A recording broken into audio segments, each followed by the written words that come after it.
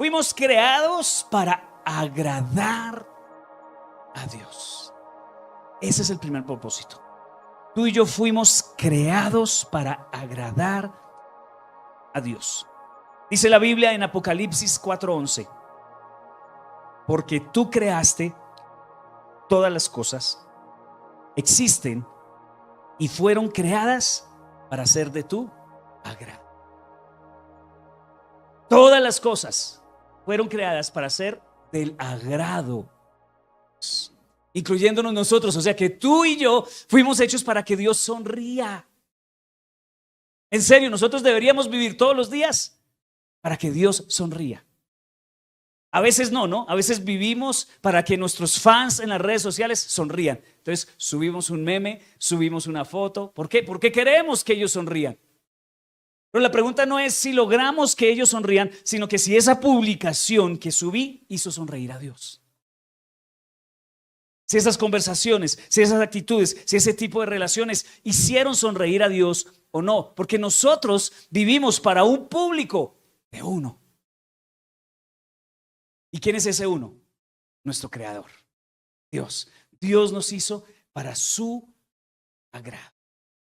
Entonces, el creador de todo es Dios. Él creó todas las cosas y fueron hechas para su agrado. Por lo tanto, el primer propósito, y quizás el más importante de todos, es vivir para agradar a Dios. Que fuimos creados para agradar a Dios. No fuimos creados para agradar al hombre. No fuimos creados para agradarnos a nosotros mismos. Fuimos creados para agradar a Dios. Entonces, si fuimos creados para agradar a Dios, una de nuestras tareas más importantes es descubrir qué agrada a Dios. Entonces ya sabemos que el primer propósito es: fuimos creados para agradar a Dios. Pregunta. ¿Qué agrada a Dios?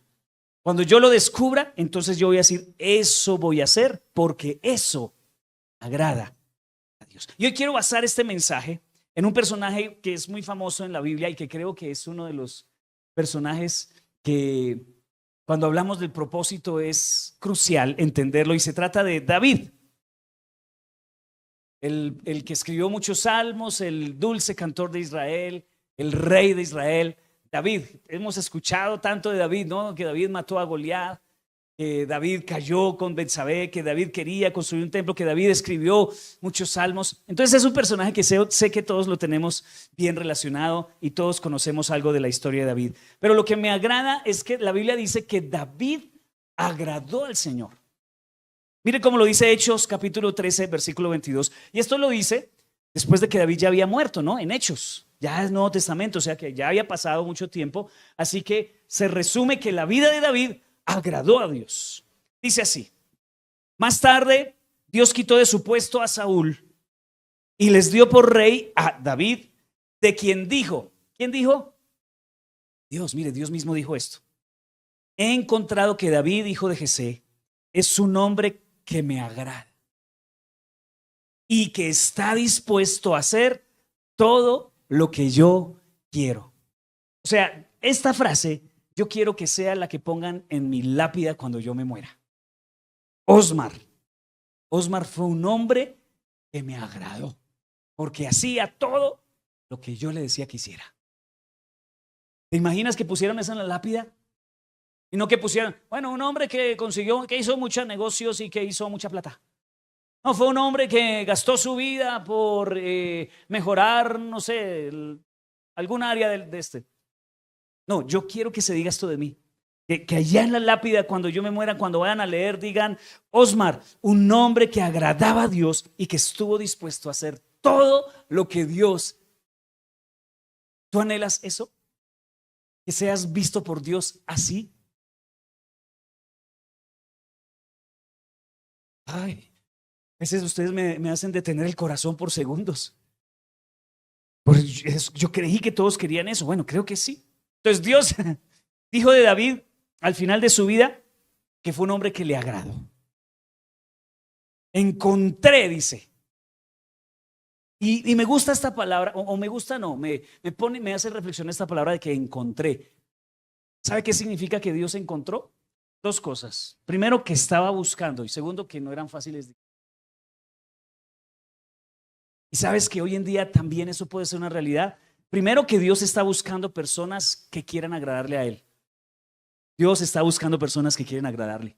¿Será que el Señor viene aquí a la iglesia y las encuentra? A ver, ¿qué pasa? ¿No les dieron desayuno esta mañana o qué? ¿Será que que el Señor llega a este lugar y encuentra personas que quieren agradarle a Él? Ah, bueno. Yo creo que Dios todavía sigue buscando ese tipo de personas, pero también creo que no son fáciles de encontrar, que no son muchas las personas que quieran agradar, pero esos son los que no están aquí, porque los que estamos aquí todos queremos agradar a Dios. David no fue un hombre perfecto. Nosotros conocemos la historia. Es más, cuando yo leo Hechos y dice que David era un hombre que agradaba a Dios, yo digo, Señor, ¿tú no leíste la Biblia? ¿No te acuerdas que él las embarradas que cometió? Sí, sin embargo, porque era bien. No era perfecto, pero quería agradar a Dios. Así que quiero compartir contigo en esta mañana algunas cualidades que veo en David que agradaron a Dios. Si nosotros entendemos que el primer propósito por el cual Dios nos creó es agradarle, entonces Dios dice que a David le agradó. Vamos a ver qué fue lo que hizo David para agradar a Dios. ¿Me acompaña? Muy bien. Primero, escríbalo ahí por favor, porque es lo que Dios quiere para tu vida. Dios se agrada cuando lo amamos por encima de todo.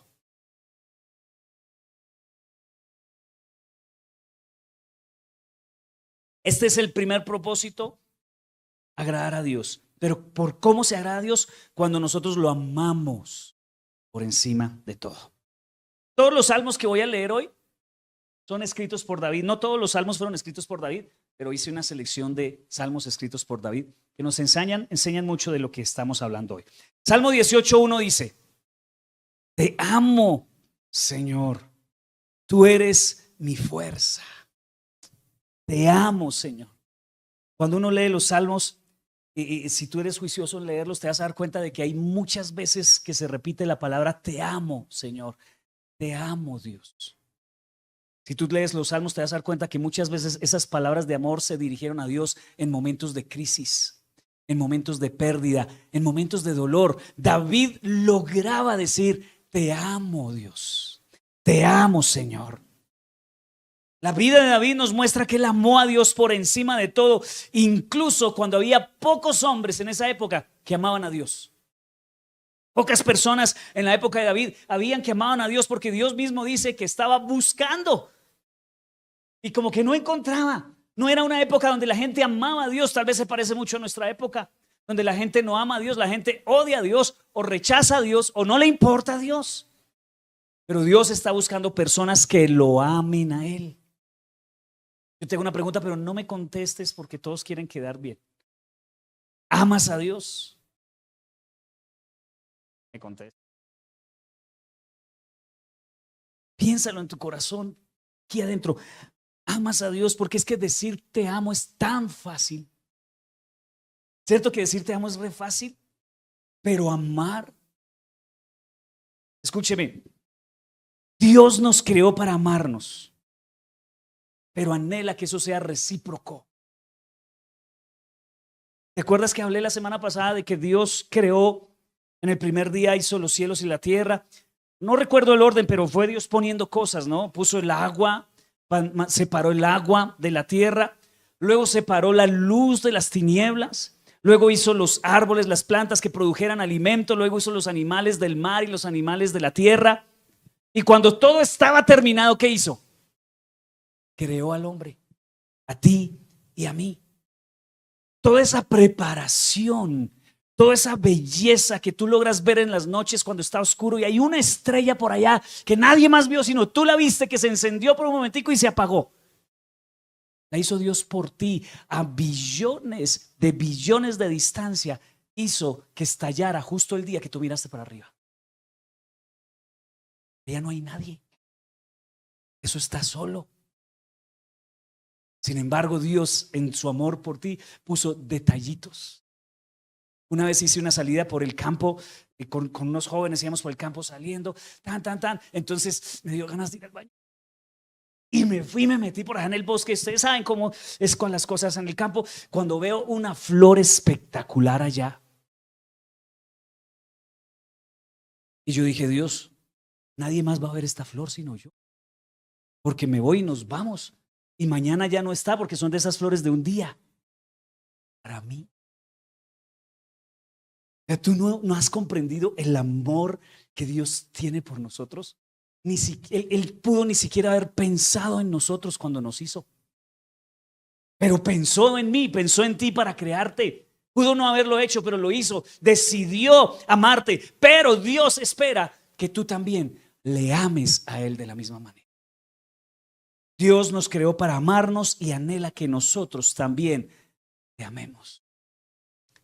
El Señor tiene una relación muy tóxica con nosotros. Nosotros somos unos tóxicos con Él. Él nos persigue. Nosotros le rechazamos. Él nos busca y nosotros lo ignoramos. La Biblia se trata de Dios persiguiendo al hombre y el hombre corriendo de Dios. ¿Ustedes creen que yo hubiera insistido tanto con Dios? ¿Cierto que como Dios insistió con nosotros? Con una persona tú eres capaz de insistir así. Ay, no, después de 3 cerradas de puerta en la cara yo no vuelvo. Y nosotros le cerramos la puerta en la cara a Dios todos los benditos días. Y uno abre la puerta y ahí está. Y uno dice, qué insistencia, Señor. Qué insistencia. Pero cuando tú te das cuenta que es amor, tus rodillas se doblan y caen al suelo y decir, Señor, ¿por qué me amas tanto? Yo no merecía tanto amor. ¿Qué hago? Te amo entonces. Y eso se llama la conversión. Cuando tú te conviertes a Jesús es que tú te das cuenta que Dios te estuvo buscando toda la vida, que tú lo rechazaste, y luego cuando te das cuenta de su amor no lo dejas de amar jamás. Por eso una persona que se aleja de Dios, a mí se me hace que no lo conoció. Una persona que se va a la iglesia y no le importó nada, a mí se me hace que jamás tuvo un encuentro personal con el Dios de amor.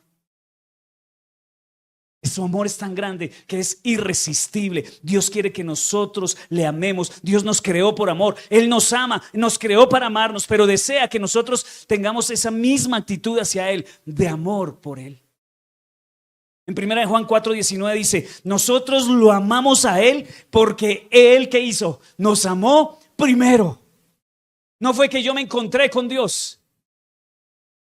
No fue que yo encontré a Dios, no, es que yo no lo estaba buscando. Su amor se me atravesó en el camino y por eso hoy soy salvo, porque Él se me atravesó en el camino, porque Él me ama demasiado. Nosotros lo amamos a Él como una respuesta a su amor por nosotros. Dios anhela de tener una relación contigo. No una religión, una costumbre, una tradición, un montón de cosas que aplicamos y ritos que hacemos. Eso no es lo que Dios quiere. Tú no vas a poder desarrollar una relación de amor con Dios si no pasas tiempo con Él. Si tú no pasas tiempo con Dios, no vas a poder tener una relación con Dios. ¿Cuántas personas escucho? Uy, no, Dios y yo somos amigos, somos parceros, tenemos una relación única.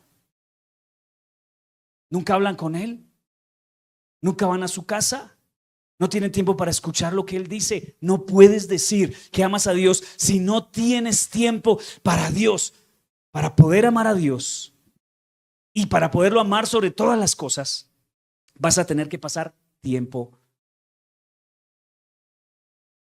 para poder amar a Dios. Esta es una de las características que uno ve en David.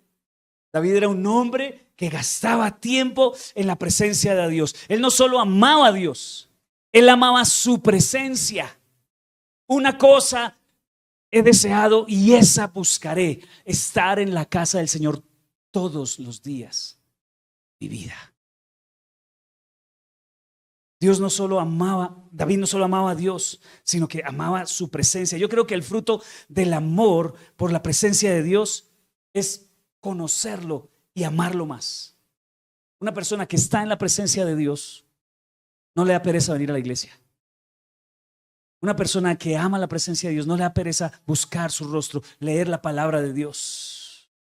La presencia de Dios es el lugar donde yo puedo expresarle a Él mi amor. mi gratitud, mi alabanza. Esos momentos que tú pasas en la presencia de Dios, cuando tienes tus tiempos a solas con Dios, recibes su amor, recibes su gracia, recibes su favor. Hay personas que se levantan y dicen: ay, no, Dios no me ama. Una persona que no tiene convicción de salvación y le dicen: si usted se muere hoy, usted va para el cielo. Ay, yo no sé, no me pregunte eso. Eso es una señal de una persona que no busca la presencia de Dios. No me responda. No me responda, por favor. Son preguntas reflexivas. Si el Señor viene hoy por ti, si tu vida se acaba en un instante, en un ratico, ¿para dónde te vas? ¿Para dónde te vas? Reflexiona sobre eso. Si surgieron dudas y preguntas en tu mente, no estás teniendo una relación de amor con Dios. Porque una persona que tiene una relación profunda con Jesús dice: yo estoy seguro para. No hay duda de que si yo me muero ahorita, yo estoy tranquilo. Esa es una señal de que nosotros tenemos una relación personal con Dios. Hay mucha gente que dice: Dios y yo somos amigos. Sí, si te mueres, ¿para dónde vas? ¿Para el cielo o el infierno? Ay, no sé. ¿Cuál amigo de Dios? ¿Usted cree que un amigo lo va a mandar, va a vivir la eternidad sin usted? No, entonces es que no eres amigo de Dios. Ese tiempo a solas con Dios del que estamos hablando hace un momento es un encuentro de amor con Dios. Por eso es tan importante tu tiempo devocional. Tú no puedes vivir de devociones prestadas. Iglesia, la relación con Dios es personal. Tú no puedes vivir de la relación de tu esposa que sí va a la iglesia juiciosa. Tú no puedes vivir de la relación de tus papás que van a la iglesia, que adoran a Dios. Tú no puedes vivir de la devoción de tu abuelita que busca de Dios. No podemos vivir de devociones prestadas. Vaya, mija, a la iglesia, que eso es bueno. Le enseñan cosas bonitas y después me explica a mí. Sí, ¿cómo no? Tenemos que buscar de manera personal la presencia de Dios. Es muy, muy, muy importante nuestro tiempo devocional, porque es el tiempo donde estamos con Él, creciendo nuestro amor por Él y comprendiendo su amor por nosotros. Es imposible decir que yo amo a Dios, pero no amo su presencia. ¿Tú amas a Dios? Sí, porque llegas tarde a la adoración y la alabanza. Si son los tiempos donde estamos en la presencia de Dios, es imposible decir que yo amo a Dios y que no amo su casa. Es imposible decir que yo amo a Dios y que no amo su palabra. Es imposible decir que yo amo a Dios y que no amo a su pueblo. Salmo 26:8 dice: yo amo, Señor, el templo donde vives, el lugar donde reside tu gloria. En otros salmos que leemos de David, vamos a ver cómo David dice: yo amo tus mandamientos, cómo amo tu ley, yo amo tu palabra, cómo amo tu pueblo. Qué alegría es ir a la casa del Señor con mis hermanos. Son expresiones que hablan del amor que se tiene por Dios. El amor que se tiene por Dios no es: eso Dios está en todas partes, yo no necesito la iglesia. Desde que yo tenga una Biblia y la omnipresencia de Dios, pues yo veré. No, tú no puedes amar a Dios y no amar la iglesia. Debemos entender que amar a Dios es también amar su iglesia. Es amarnos entre nosotros. Eso es amar a Dios. Dios lo lleva a otro nivel porque Jesús le dijo que el mayor de los mandamientos era amar a Dios sobre todas las cosas, ¿cierto? Pero lo complementa diciendo: pero también ama a tu prójimo como a ti mismo. Si amas a Dios, vas a agradar a Dios. Y si quieres agradarlo, tienes que amar su presencia, amar su palabra, amar su iglesia. Eso es amar a Dios, eso es agradar a Dios por encima de todo, amarlo por encima de todo. Tienes que amar a Dios por encima de todo. Dios primero, Dios primero. Una ilustración. La semana pasada vimos en Espada y Café. Los invito a Espada y Café lunes y martes, jueves y viernes a las 7 de la mañana por Facebook y YouTube. Estamos viendo cómo Pablo estaba dando algunas indicaciones a la iglesia y la iglesia le hizo una pregunta. Pastor Pablo, ¿Me debo separar si mi esposa no es creyente? Pablo le dice, no, de ninguna manera. No se vaya a separar si la esposa no es creyente. Si ella quiere seguir contigo, de pronto a través de ti se convierte. Pero si ella no quiere seguir contigo, o viceversa, si él no quiere seguir contigo, déjalo ir. Y eso fue impactante porque lo que estaba diciendo Pablo es, si esta mujer o este hombre te pone a escoger entre Dios y él o Dios y ella, escoge a Dios. Hay personas que escogen a ella o escogen a él. Eso no es amar a Dios por encima de todo. O vas a la iglesia o te quedas con tu trabajo. Escoge. Uy, no, el trabajito. Eso no es amar por encima de todo. Novios, ay, es que él es tan bueno, tan bueno, tan bueno. Lo único, es una bobadita. Lo único que le falta es que conozca a Dios. Ujú, ujú. ¿A quién quieres agradar? ¿A él o a Dios? Ay, no, pero es que me pone bravo. Dios nos va a poner en esa prueba en la vida. Te va a herir varias veces en la vida. ¿Quién vas a elegir? ¿Qué es lo que Dios espera? Que nosotros siempre lo elijamos a Él. Pastor, pero es la salud. Y tengo que ir a trotar, que hay una carrera de atletismo hoy en Tinjacá. A trotar allá a Tinjacá hoy, a correr por mi salud. Primero, ¿quién te dio esa salud para que puedas correr? ¿Cierto? ¿Quién te entregó esas habilidades, esos dones? Y Dios nos pone a elegir muchas veces para ver si nosotros realmente le amamos. Y ¿sabes qué? Pues una y otra vez fallamos. Y no amamos a Dios de todo corazón. Así que agradar a Dios significa amarlo a Él por encima de todas las cosas. Nuevamente, no me responda, ¿cuánto amas a Dios? ¿Cuánto le amas? Segundo, ¿qué otra cosa agrada a Dios? Si agradar a Dios es el primer propósito para nuestras vidas, entonces, ¿qué agrada a Dios? Dios se agrada cuando confiamos en Él completamente. Esto es una de las cosas a las que apunta el cristianismo. Una de las cosas que Dios va a estar formando en nosotros, nuestra confianza completa en Él. Porque cuando confiamos completamente en Él, el Señor se agrada. Salmos 28:7 dice, el Señor es mi fortaleza y mi escudo. ¿Quién es? ¿Quién es el fortaleza y escudo? El Señor. Para algunos, su fortaleza y su escudo es la plata, el trabajo, la salud, la belleza, la juventud, los amigos, el político, las influencias. Pero para David, ¿quién era? El Señor. ¿Por qué? Confío en Él con todo mi corazón. No confía en su trabajo, en su herencia. No confía en su fuerza, en su experticia. Confía en Dios con todo su corazón. David deja muy claro que él confiaba en Dios completamente. Completamente. David no confió en Dios temporalmente, sino permanentemente. Es muy fácil confiar en Dios cuando tenemos trabajo fijo, ¿cierto? Pero es muy difícil confiar en Dios cuando nos sacan del trabajo. Es muy fácil confiar en Dios cuando tenemos amigos, pero es muy difícil confiar en Dios cuando estamos en soledad. Tenemos que confiar en Dios completamente. David no confió en Dios temporalmente, sino de manera permanente. Cuando tuvo que enfrentar a Goliat, confió en Dios. Ustedes que conocen bien la historia, pero también confió cuando tuvo que huir de Saúl. David confió en Dios cuando cayó en pecado con Betsabé. Confió en que Dios lo iba a perdonar. Hay personas que no confían que Dios los vaya a perdonar. Y dicen, ¿sabes qué? Este pecado no tiene ni perdón de Dios.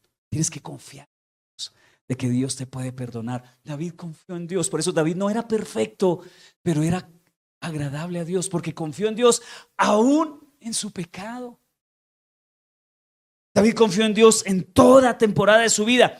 En cada desafío, en cada prueba, aprendió a confiar en Dios completamente. David confió en Dios siempre. Por eso escribió el salmo que dice, en paz me acostaré Y así mismo que, pero no en la iglesia, en la cama. Sí, porque es que muchos se lo toman literal. En paz me acostaré a sí mismo. Porque solo tú me haces vivir confiado. Es decir, tú puedes dormir tranquilo en la noche en medio de la tormenta, en medio de la crisis, en medio de la rebeldía de su hijo Absalón. ¿Recuerdan que se le rebeló Absalón contra David? ¿Qué hizo David? Dormía como una foca. ¿Por qué? Porque confiaba completamente en Dios. Mire, el sueño es una señal si confiamos o no en Dios. Veo aquí algunos ojerosos. ¿Qué será? ¿No están durmiendo bien? ¿No confían en Dios? ¿Por qué no duermes bien? Porque te acordaste a la 1 de la mañana viendo películas, pasando reels en Instagram, en TikTok. ¿Y por qué lo haces? Porque quieres huir de tus realidades. Porque no confías que Dios te va a ayudar. Entonces, si paso horas en las redes sociales, no me preocupo. Porque si me acuesto a dormir, me preocupo. Pero entonces, si tú has crecido en confianza en Dios, dice, en paz me acostaré y así mismo dormiré, porque solo tú, Jehová, me haces vivir confiado. David confió en Dios siempre. Yo no sé en qué circunstancias estés hoy. Imagino que igual que yo, estás pasando por momentos difíciles, estás pasando por una temporada complicada, dolorosa, de preocupación, de afán. Pero si quieres salir de esa crisis, vas a tener que confiar en Dios. Hay personas que no han salido de la crisis es porque todavía no han aprendido a confiar. El Salmo 25:5 dice, David, tú eres mi Dios y Salvador, en ti siempre. ¿Qué significa la palabra siempre? Siempre, o sea, creo que no hay como ninguna definición, siempre. Sí, no tiene un pero, no tiene solo cuando, no, siempre confío en Dios. Escúcheme esto es importante. Confiar en Dios significa confiar en los tiempos de Dios. Confiar en Dios significa confiar en los tiempos. Mamás, ¿están desesperadas porque sus hijos no quieren volverse al Señor? Confíen en los tiempos de Dios. Confíen en los tiempos de Dios. Hay oraciones que no están siendo respondidas, síguelas haciendo, pero confía en los tiempos de Dios. Nada que aparece su príncipe azul o su princesa rosada. Confíe en los tiempos de Dios. Nada que sale esa oportunidad laboral y has metido hojas de vida y has hecho entrevistas y no me llames, yo te llamo. Confía en los tiempos de Dios. Eso es lo que significa confiar en Dios, de que Dios tiene un tiempo para cada cosa. La respuesta de Dios, tus problemas ya están sobre su oficina. Ya llevaste por medio de la oración tu caso y lo pusiste en la mesa del Señor y el Señor dijo, me hago cargo, vete para la casa tranquilo y confía en los tiempos de Dios. Eso significa confiar en Dios. Hay un tiempo. Hay un tiempo. Salmo 31:14-15 dice, pero yo he confiado en ti, oh Jehová, he dicho, tú eres mi Dios, en tus manos están. Salmo 31:14-15 dice, pero yo he confiado en ti, oh Jehová, he dicho, tú eres mi Dios, en tus manos están. Eso. En tus manos están mis tiempos. Tenemos que aprender a confiar en los tiempos de Dios. Desesperados porque nos cancelaron una cita. Ay, no, esa cita era, de eso dependía mucha cosa. Confíe en los tiempos de Dios. Confíe en los tiempos. Por algo no se dio esa cita. Por algo no tuviste que viajar. Por algo. Confíe en los tiempos de Dios. En Dios no hay suerte, hay propósito. Ay, no, que justo iba para allá y se me pinchó el carro y maldicen. Respire profundo y confíe en los tiempos de Dios. Por alguna razón. Si tú no tienes el control de eso, entonces Dios está manejando. David tenía muchas razones para dudar de Dios. Porque en 1 Samuel la promesa era, vas a ser rey de Israel. Esa es la promesa, vas a ser rey de Israel. Y pasaron muchos años y nada que era rey. Muchos años, al contrario, en lugar de ser rey, David tuvo que enfrentarse a Goliat, David tuvo que enfrentarse a Saúl. Y yo me imagino a David huyendo en el desierto, mirando para el cielo. ¿Cuál rey? ¿Cuál rey? ¿Qué hizo David? confió en los tiempos de Dios. Confiar en los tiempos de Dios. David pasó de ser el héroe nacional después de matar a Goliat y se convirtió en el enemigo nacional perseguido por Saúl. Y uno dice, ¿cuál promesa? Después de confiar en Dios más de 20 años, por fin fue coronado rey. 20. Y nosotros no esperamos 2 minutos del microondas termine para repitar. Estamos parados ahí. Esa impaciencia que tenemos, ¿no? Porque no confiamos en los tiempos de Dios. Muchos estamos queriendo promesas automáticas, instantáneas. Pero si queremos agradar a Dios, necesitamos aprender a confiar en Él. Señor, tú no me diste un esposo, no llegó un hombre a la iglesia, no llegó una mujer a la iglesia, me tocó ir a buscarla. Porque no confió en Dios. No supo esperar. Dios sí había escuchado eso. Entonces arrancan con el primero que le ofrece colchón pulgoso. No aprenden a confiar en Dios. Bueno, eso sacamos una pieza y eso de amor vivimos. Ay. Y la iglesia, a esos de vez en cuando vamos. Pastor, pero es que lo amo y me ama. No aprenden a confiar en Dios. No aprenden lo que significa vivir los procesos de Dios. Estamos en un proceso. Hebreos 11:6 dice, sin fe es imposible agradar. Así que tenemos que aprender a confiar para agradar a Dios. Si quieres cumplir el primer propósito, que es agradar a Dios, tienes que aprender a amar a Dios con todo tu corazón y tienes que aprender a confiar en Él completamente. No importa tu situación, no importa lo que parezca, confía en el Señor. No le ayudes, no seas tan Abraham. Hay muchos aquí que son reabrahámicos, ayudándole a Dios. Como Dios se tardó, entonces Sara le dice, pues acuéstese con la empleada a tratar de solucionar por Dios, porque como que se demoró en su promesa. Chicharrón en que nos metió a toda la humanidad. ¿Ustedes saben quiénes son los descendientes de ese hijo que tuvo Abraham con ella? Ya están en guerra ahorita. Hamas, Hezbolá, todos ellos son descendientes de ese hijito que Abraham trató de ayudarle a Dios. No trates de ayudarle a Dios porque cuando tú metes la mano te lo tiras. Así es, Abraham se lo tiró y hemos tenido que aguantarnos toda esa guerra que vive ahorita en Oriente. Esa guerra es producto de eso. ¿Cuáles son los dos que están enfrentados? La descendencia de Isaac y la descendencia de Ismael. Esa es la guerra que hay ahorita. Gracias, Abraham. Cuando vea en el cielo te voy a saludar, te voy a felicitar por tu fe. De pronto voy a preguntarte alguna cosita. ¿Por qué? ¿Por qué no confiaste en Dios?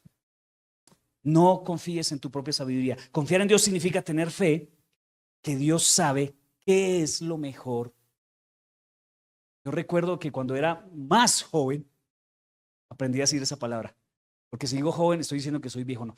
Cuando era más joven, yo me enamoraba de las chicas y yo decía, Señor, esa es, Señor. Y me enojaba porque la otra se iba con otro. Y no confiaba en Dios que era lo mejor para mí. Y el Señor me envió después lo que era mejor para mí. Y tengo que confiar, eso fue lo mejor para mí. Hay gente que a estas alturas todavía no confían en que era lo mejor para usted.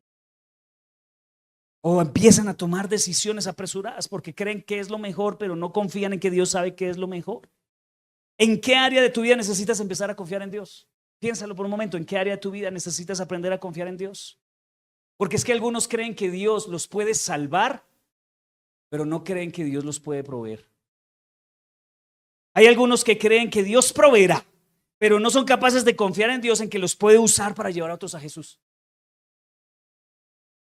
Algunos creen que Dios los salva, pero no creen que Dios puede restaurar su matrimonio. Tenemos que aprender a confiar en Dios. ¿En qué? En todas las áreas de nuestra vida. En todas. Sentimental, emocional, económica. Mire, muchos no confían en la provisión de Dios y hacen negocios torcidos. Se meten en negocios chuecos, tratando de ayudarle a Dios. Y cuando uno está en crisis económica, sí que aparecen negocios. Venga, hagamos esta vueltica ahí, eso nadie lo ve, nadie se da cuenta. Dejas de confiar en Dios y es como Abraham tratando de ayudarle a Dios. ¿Qué área necesitas confiar en Dios completamente? Tercero, si tú quieres agradar a Dios, tienes que saber que Dios se agrada cuando lo obedeces de todo corazón. Esta es, mejor dicho, si usted no me ha escuchado nada de lo que he predicado hoy, si se alcanzó a dormir los primeros 2 puntos, despiertes en este, porfa.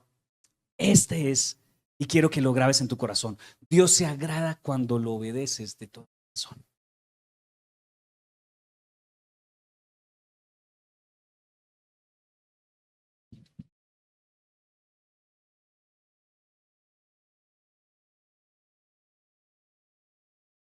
Esto es muy importante. Obedecer a Dios no siempre es lo más fácil, pero siempre va a ser lo más inteligente.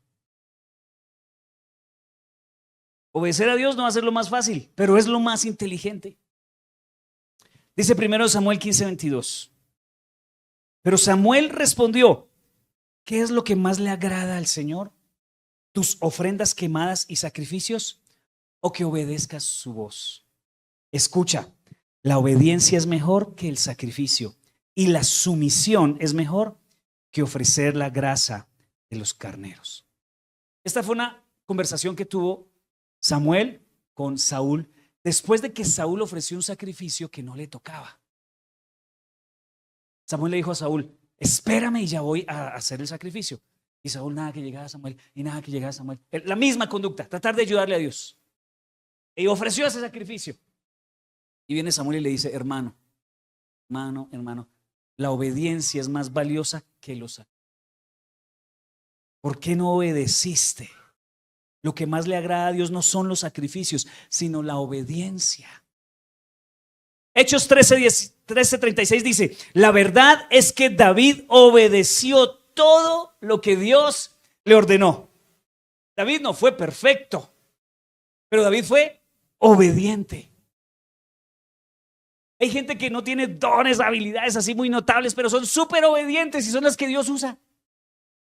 Y hay gente que son redotados de muchas cosas y no obedecen nada, les cuesta obedecer a Dios y no avanzan. Dios desechó a Saúl como rey porque Saúl tuvo una obediencia parcial. Sin embargo, Dios se agradó de David porque David tuvo una obediencia total. Es que uno mira la vida de Saúl y no fue tan desobediente. Pero es que no ser tan desobediente significa ser desobediente. Porque la obediencia parcial es desobediencia. Entonces mi pregunta es: ¿vas a ser un David o vas a ser un Saúl? Obedecer a Dios de todo corazón significa también obedecerlo no solo de manera completa, sino también de manera, porque la obediencia tardía también es desobediencia. Sin demoras. La obediencia inmediata nos va a enseñar más acerca de Dios que muchas predicaciones, que muchos videos que tú veas en YouTube, que muchos libros que leas. Cuando tú obedeces inmediatamente, vas a aprender mucho de Dios. Nunca. O sea, estudiar la Biblia es muy importante, pero de nada sirve conocer mucha Biblia si no obedeces ningún versículo. Nunca tendrás algunos mandamientos, nunca entenderás algunos mandamientos si no los obedeces primero. Obedecer abre la puerta al entendimiento. Es decir, ¿estás esperando entender para obedecer? Hay mandamientos que tú no vas a obedecer que tú no vas a entender hasta que no los obedezca. Porque, por ejemplo, nunca vas a entender lo que es ser más bienaventurado dar que recibir hasta que no des. Es más, hay mucha gente que no da porque no entiende. No, yo no entiendo eso del dar, no lo entiendo. La Biblia dice: es más bienaventurado dar, pues es que no lo entiendo. Lógicamente es algo como que no tiene coherencia. La lógica dice que es mejor recibir que dar, pero solamente tú lo vas a entender cuando te atreves a dar. Y ves cómo Dios te bendice, cómo hace que el sueldo alcance y rinda. Solo aquellas personas que han practicado el dar lo saben. Y eso no se aprende hasta que no obedeces. Entonces ese de explíqueme más, explíqueme más, explíqueme más. Es alguien que no quiere obedecer y ya. Nunca voy a poder experimentar el concepto de perdón hasta que yo no perdone y te des cuenta de que perdonar es liberador. Pero es que no entiendo, es injusto. Y pelean con Dios y duran años peleando con Dios porque saben que tienen que perdonar, pero no lo hacen porque en su mente, en su corazón hay una lucha por el entenderlo. No logro entender si es Él el que me ofendió, Él es el que me hirió, ¿por qué lo tengo que perdonar? Que lo perdone Dios. Pero solo lo vas a entender el día que lo perdones y sientas una paz y una libertad que jamás habías vivido. Ahí lo comprenderás. Recibirás revelación después de obedecer. Hay muchos mandamientos que recibirás revelación después de obedecerlos. Así que obedecer a Dios de todo corazón significa obedecer a Dios de manera total. Entonces, en el momento en que el Señor nos dice, de la forma que Él nos dice y completamente, porque la obediencia a medias también es desobediencia. Muchos intentan ofrecerle a Dios una obediencia parcial. Ven la palabra de Dios de manera selectiva. Promesas solamente. Hubo un presidente de los Estados Unidos, el presidente Jefferson, no sé si lo escucharon. Él sacó una Biblia. ¿Qué hizo con esa Biblia? Sacó los versículos que no le gustaban y solo dejó los que le parecían. Se conoce como la Biblia de Jefferson. Y también podríamos decir que es la Biblia de Osmar, la Biblia de... Póngale su nombre. Porque es que a veces cogemos la Biblia y seleccionamos los versículos que nos gustan, porque vaya que sí nos gusta cuando dice que serás prosperado en todas las cosas. ¿Cierto que nos gusta ese versículo? Que tú y tu casa serán salvos. ¡Me encanta! Disfrutamos de las promesas de Dios, pero cuando Dios dice no dejen de congregarse como algunos tienen por costumbre, cortamos ese pedazo de la Biblia. Porque somos selectivos a la hora de leerla. Somos unos Thomas Jefferson. Por eso hay personas que les gusta lo que dice la Biblia en cuanto a sanidad, a finanzas, pero no les gusta la parte que dice que deben seguirse congregando, que deben esforzarse, tomar su cruz, tener disciplina, obediencia a Dios. Hay gente, por eso es que pasa que hay gente que en la iglesia que lee la Biblia y no perdona. ¿En serio? Hay cristianos que leen la Biblia y no perdonan. Hay gente que con la misma boca alaba a Dios, pero con esa misma boca juzgan a otros y vienen a la iglesia y leen la Biblia porque solo leen la parte en que dice que el Señor nos defenderá y que Él se hará cargo de nuestros enemigos.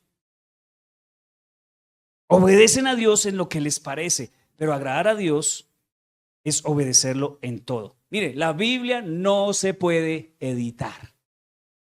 ¿Vieron? La Biblia no se puede editar como hicieron nuestros amigos, pero con quien no compartimos mucho, los testigos de Jehová, que ellos editaron la Biblia y escribieron lo que les parece ahí. La Biblia no se puede editar. Es más, al final de la Biblia, en el último capítulo dice, el que se atreva a quitarle una coma, una tilde, será declarado maldito. Imagínate, qué miedo. Entonces, cristianos, no podemos editar la Biblia a nuestro acomodo. Sí, escúcheme, la Biblia no es los consejos de Dios. La Biblia no son las observaciones de Dios. ¿La Biblia qué es? Los mandamientos de Dios. Salmo 119, 33, 35 dice, Dios mío, enséñame a cumplir tus mandamientos, pues obedecerlos me hace feliz. Entonces, ¿cuál es el otro aspecto de la obediencia? Que la obediencia debe ser con alegría. Aquí David en este salmo dice, enséñame a cumplir. ¿Sabes que sí? Se vale pedirle a Dios que nos ayude a obedecer su palabra, porque cuando comienzas a disfrutar el obedecer, eso trae alegría. Obediencia. Y por último, Dios se agrada cuando lo adoramos en todo tiempo. Cuando lo adoramos en todo tiempo. El propósito de Dios para nuestra vida es, nos creó para que le agradáramos. ¿Y cómo se agrada a Dios? Cuando lo adoramos en todo tiempo. Salmo 69, 30 y 31 dice, con cánticos alabaré el nombre del Señor, con acción de gracias lo exaltaré. Esa ofrenda agradará más al Señor que la de un toro o un novillo con sus cuernos y pezuñas. ¿Cuál es la alabanza que agrada al Señor? La que se hace en todo tiempo. No basta la alabanza el domingo. No basta la alabanza en la iglesia. Si tú quieres agradar a Dios, tienes que alabarlo en todo tiempo. ¿Qué significa todo tiempo? El día que te fue mal, el día que pasó una crisis, el día que una tormenta familiar, el día que una catástrofe, el día que fuiste bendecido, el día que te encontraste plata, el día que perdiste plata. Todos los días alaba al Señor. Nuestra alabanza a Dios es mucho más que música. Es un estilo de vida. Tu vida y la mía debe ser una canción para Dios todos los días. Y si nosotros lo hacemos con entrega y con sacrificio, eso es un acto de adoración. Una adoración no depende de cómo me siento, si siento ganas o si no. David no alababa a Dios por cómo le estaba yendo. El Salmo 34:1 dice: alabaré al Señor en todo tiempo, a cada momento pronunciaré sus alabanzas. ¿Perdiste algo? Gracias, Señor. ¿Te fue bien en algo? Gracias, Señor. ¿Te fue mal en algo? Gracias, Señor. Te alabo. Dios dio, Dios quitó, a Él sea la gloria. Esa es alabanza en todo tiempo. David alababa a Dios no por cómo le estaba yendo, sino por quién era Él. Yo sé que me puede estar yendo mal, pero Dios sigue siendo Dios. Hay 4 cosas que podemos hacer para agradar a Dios: amarlo por encima de todo, confiar en Él completamente, obedecerlo de todo corazón y adorarlo todo tiempo. Para eso fuiste creado. Amén.